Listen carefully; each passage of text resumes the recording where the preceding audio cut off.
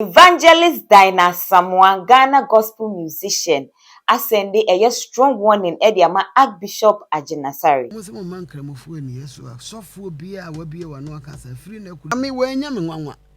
Dabi empanimfuo binom pese da bia Ghana mrante ne mabawa no yen kwanko asommu na da bia yen kotokoto wo o kristo ni bia bedi so pen enkola awe enko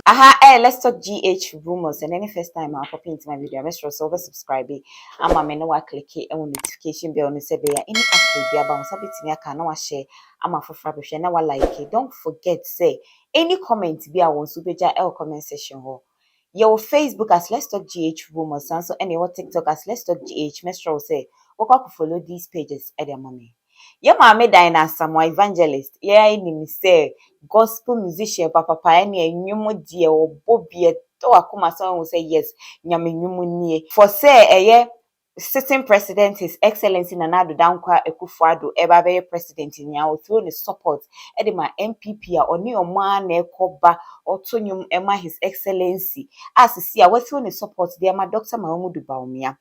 na waba sisi a ba waba nyina wo kasa waka nyina gina say enrada audio na ghtrend wo media no so say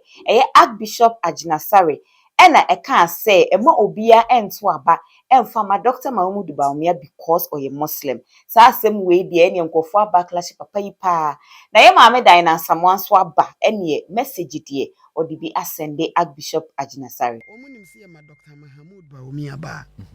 en ukwa America anase ukwa bruchire nkrona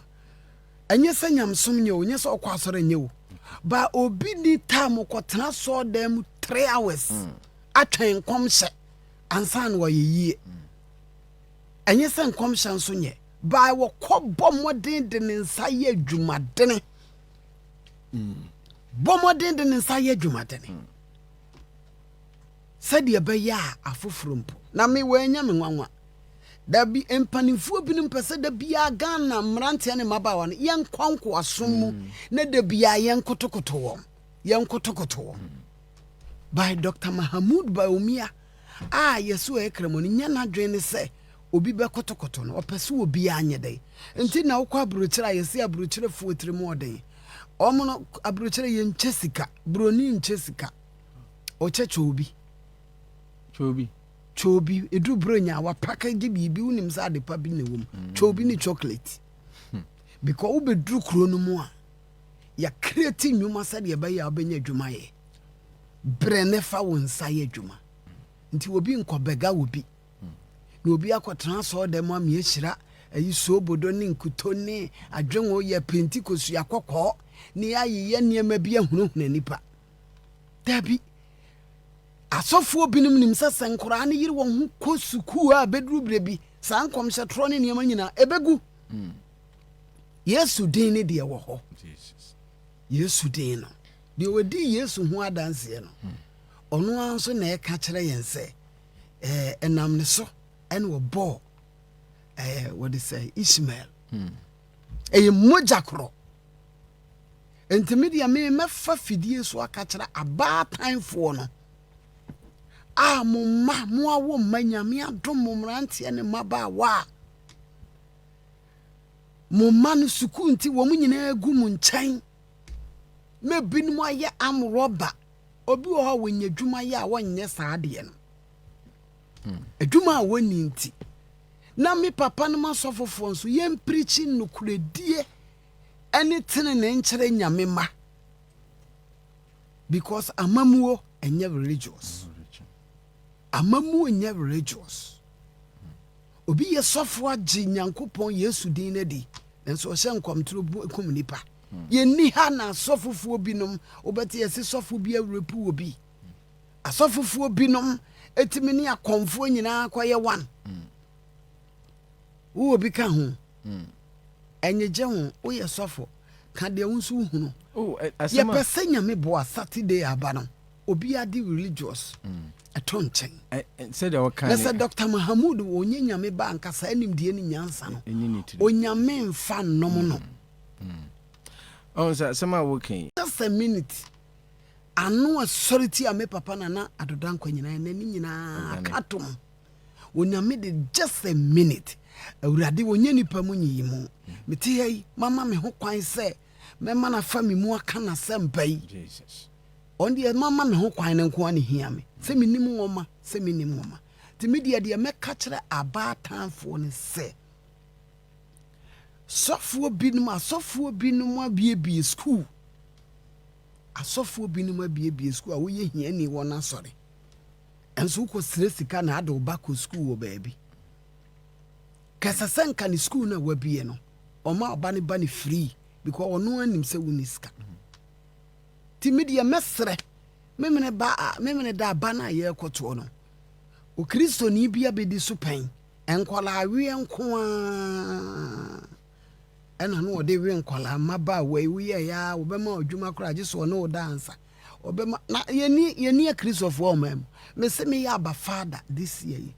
me free kristo ni papa bi se on sponsor me waje din kure yi mu pa ena jamede me free no nti me free no a o be sponsor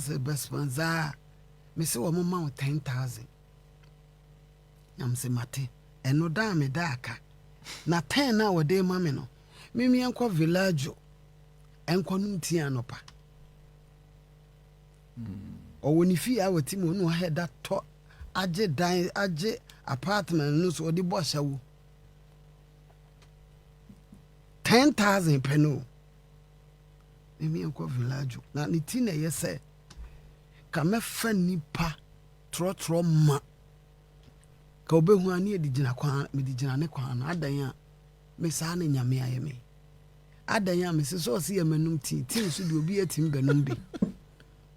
ka dwuma mu hafo nyina ankam de mu nyina akora abekọ amoma konum ti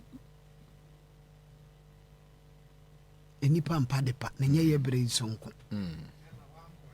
enye ye bere sonko na wan konum ti no de 10 ma me ti was say which am 100,000 kura onye view 10,000 mapa ho metima dini nenko amunasa me nyame ehira mecha which am 100,000 kura na me ka kire brother bi said o kan na Dr. Mahamud onye nyame ba ankasa anim die ni nyansa no onyame mfa nom no on sa sama woken ye pe obi obedi o man so oba oye kristo obedwene obia ho na no kura me kasa obi wo ho a onye kristoni ono so onye kramoni na so nyame ehira nam ne so ama wiase nyina ayeye to nti mimbi so for ben ene bia nyame adom nyame ehia kram na so nyame de atona akoma so betua tight e wona so beka so mfa ne sikanko sana na no menua ba me kasa han ye pu obi a wo ba yen adifo no betima akọ ne nchen na da bank ye hwe Dr. Mahamud ba omi akora enye nyame adom nkankramofo ene ne beko because wo mo say enkrofo bi akeka hye nkramofo asom say onye kramoni afedi yeso onye kramoni okwa asori tu asori nti onye kramoni nti ogina he enti na me kasa Yesu bia man timi fulfilling ni ministry ni se wanhwe nipa wanhwe nipa wonim sade a wo ye ne beboa oman na amenchiri ma hwese just a minute anu authority a me papa na so ena maka ne se me press conference am ye na enjire ha ne se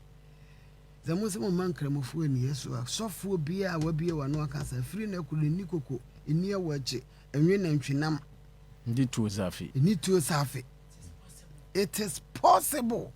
in abscess number 1 Ebusia, any comment bi a wo no obetimi eja e comment section wo e de ama me na chese message a ye ma me dan na Asamoah e de ama Archbishop Agyin Asare no nya ono nko every other man of God bia ono so eka ho a wo kire say Muslim entimi medi eso entema ye nto aba emfama Dr. Mahamud Baumia na any messages there or the be amomo medi mani edi nsem nechi any updates be fi wa bebia medi baba be so mu your Facebook as Let's Talk GH Rumors and your what TikTok as Let's Talk GH Mestro so be follow these pages e de amami ye beto aba ya sumdwe hu hia nti mestre say ubayebo ya sumdwe hu ba said e be ya o my Ghana bitimi akonenim na fa ntuma pa efra medin e de na neku asantoa